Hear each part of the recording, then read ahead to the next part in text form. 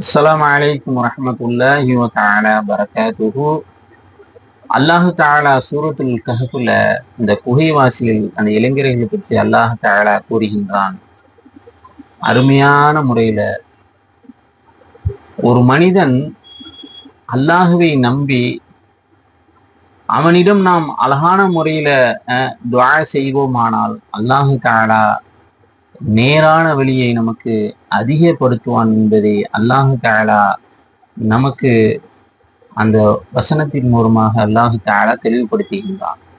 இன்னஹும் ஃபித்யத்துன், நிச்சயமாக அந்த இளைஞர்கள் அல்லாஹுக்காக வேண்டி ஒதுங்கினார்கள், அல்லாஹ் வேணும் என்று வெளியே வந்தார்கள்.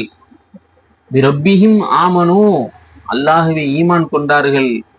ஃபஸித்னாஹும் ஹுதா, நாம் அந்த இளைஞருக்கு நேர்வழியை அதிகமாக்கினோம்.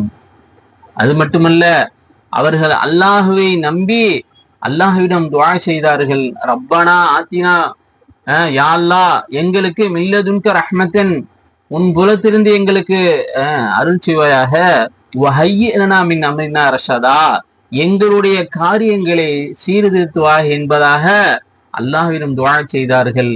அல்லாஹ் தஆலா ஆகியால் வஸித்னாஹும் ஹுதா, அவர்களுக்கு நேர்வழியை அதிகமாக்கி கொண்டே போனோம் என்பதாக அல்லாஹ் தஆலா கூறுகின்றான்.